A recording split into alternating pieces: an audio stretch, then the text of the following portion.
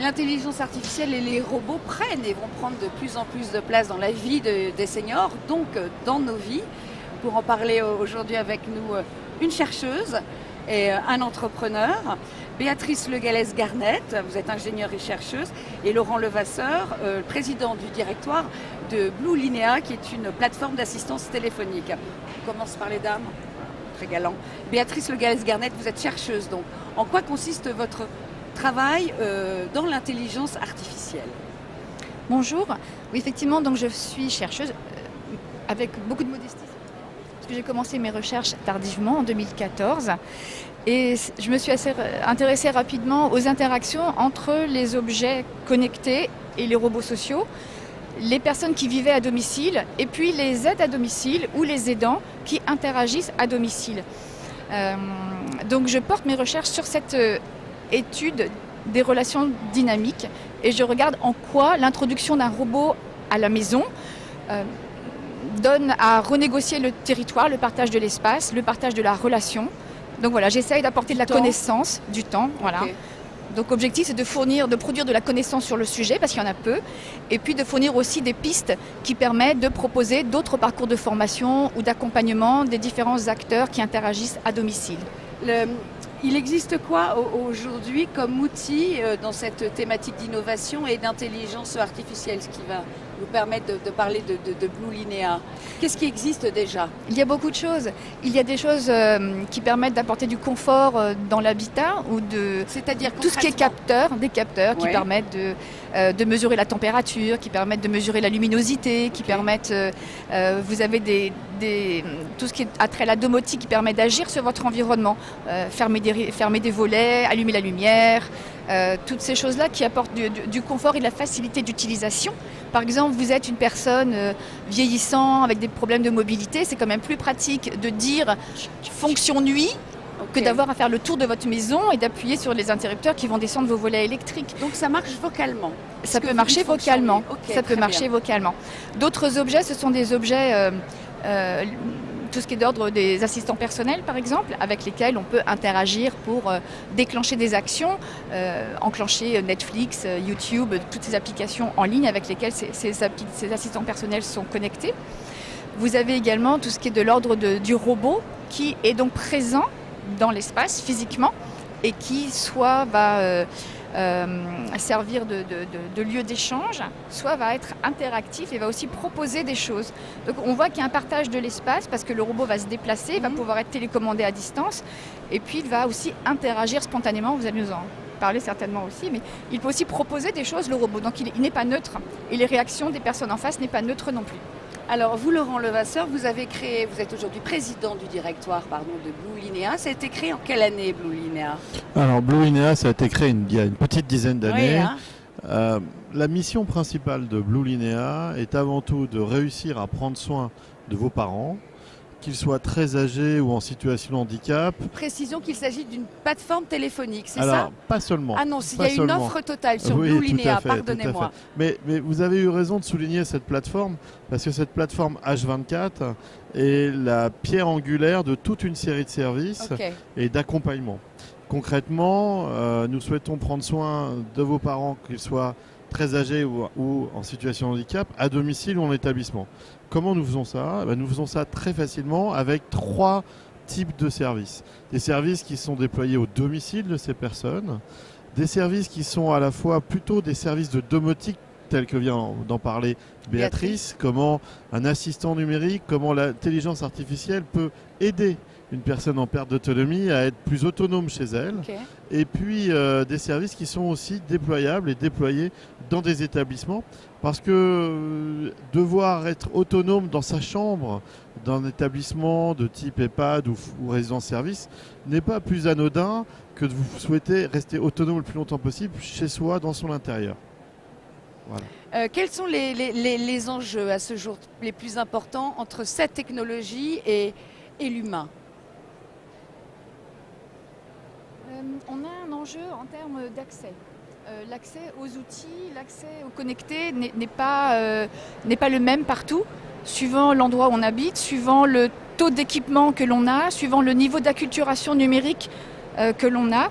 on ne va pas être égaux devant la mise à disposition de l'outil et devant son installation et de son utilisation. Surtout à domicile, surtout si on vit à domicile, si concerne la majorité. Reculées, à la montagne. Et le domicile, c'est quand même l'enjeu, puisque c'est là que la majorité des personnes vont vouloir prendre de l'âge.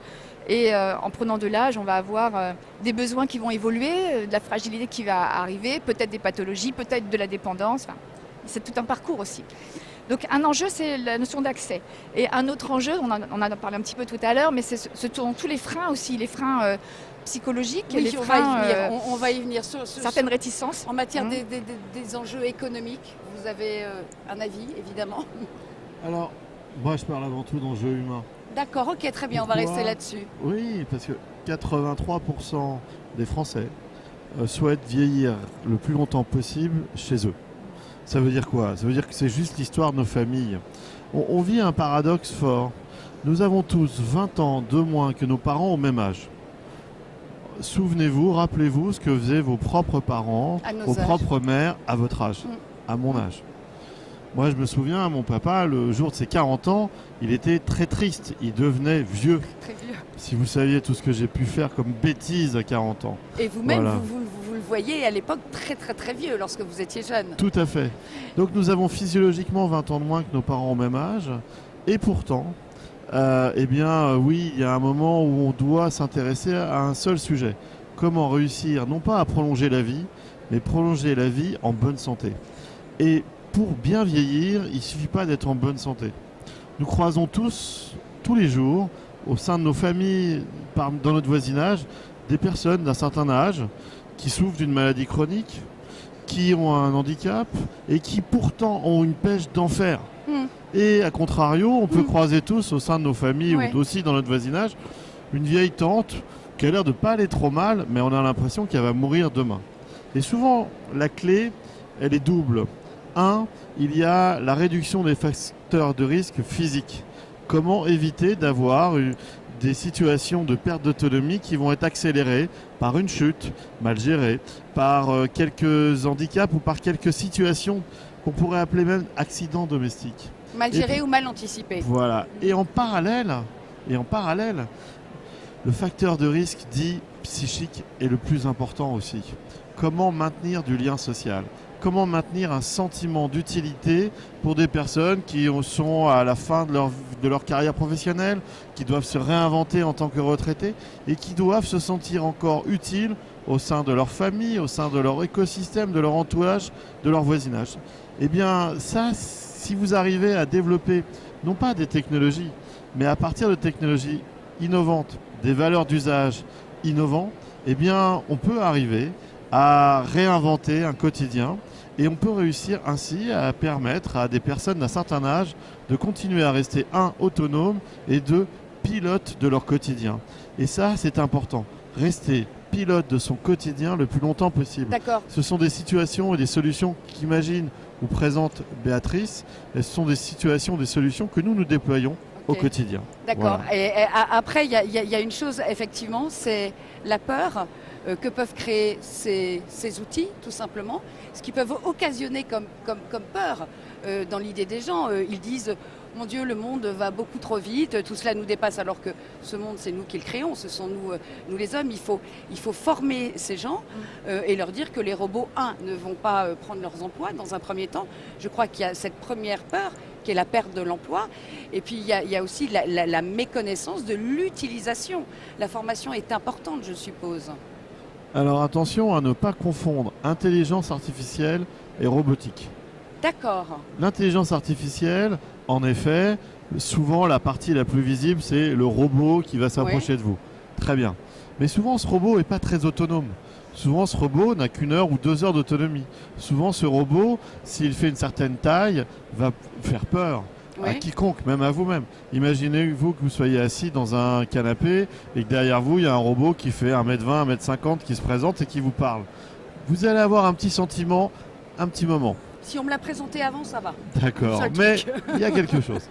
Par contre, la première expression qu'on voit aujourd'hui et qui se déploie de manière la plus large, c'est une expression que nous partageons tous aujourd'hui et que nous utilisons de plus en plus. C'est l'intelligence artificielle liée aux assistants vocaux. Ça s'appelle Siri, ça s'appelle Alexa, ça s'appelle OK Google.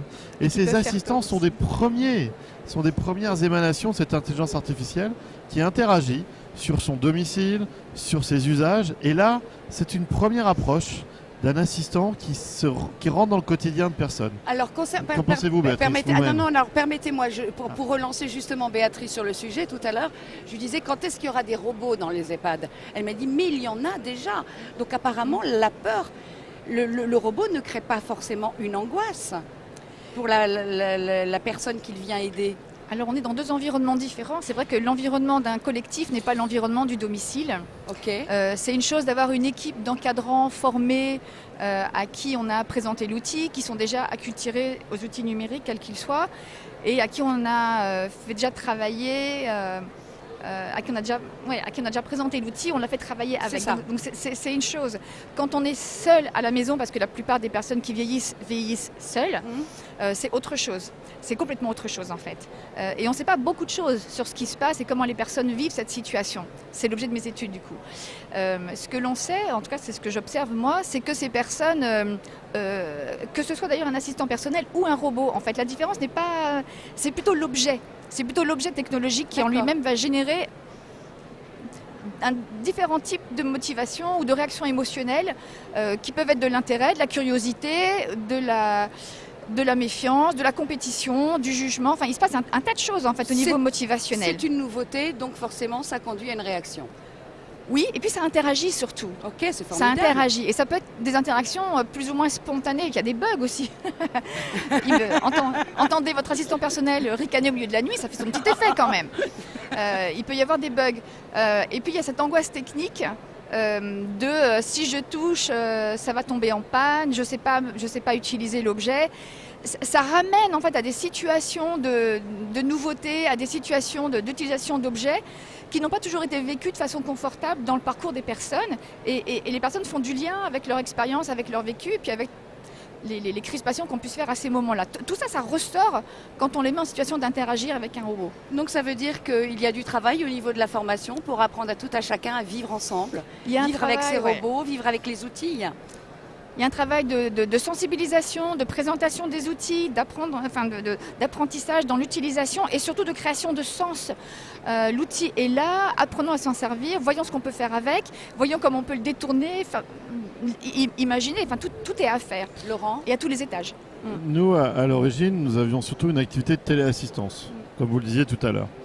De là, on s'est rendu compte, en regardant les statistiques d'appels ou d'alertes que nous recevions, que seulement 10% des alertes que nous recevions étaient liées à une situation dite d'urgence. Une chute, une détresse respiratoire, une urgence médicale. Et puis, quand on a regardé un peu plus loin, dans 6 cas sur 10, ce sont des appels pseudo-involontaires. C'est surtout pour rompre l'isolement. Oui, et là, on s'est aperçu qu'on devait avoir un rôle social plus fort et qu'on ne pouvait pas simplement en quelques secondes noter que tout allait bien et passer au suivant. Non. Aujourd'hui, on se force. Oui, on se force parce qu'il faut réussir à conserver du temps, une certaine qualité de service pour accompagner pendant 1 minute, 2 minutes au téléphone ces personnes qui nous ont contactés, soi-disant, par inadvertance.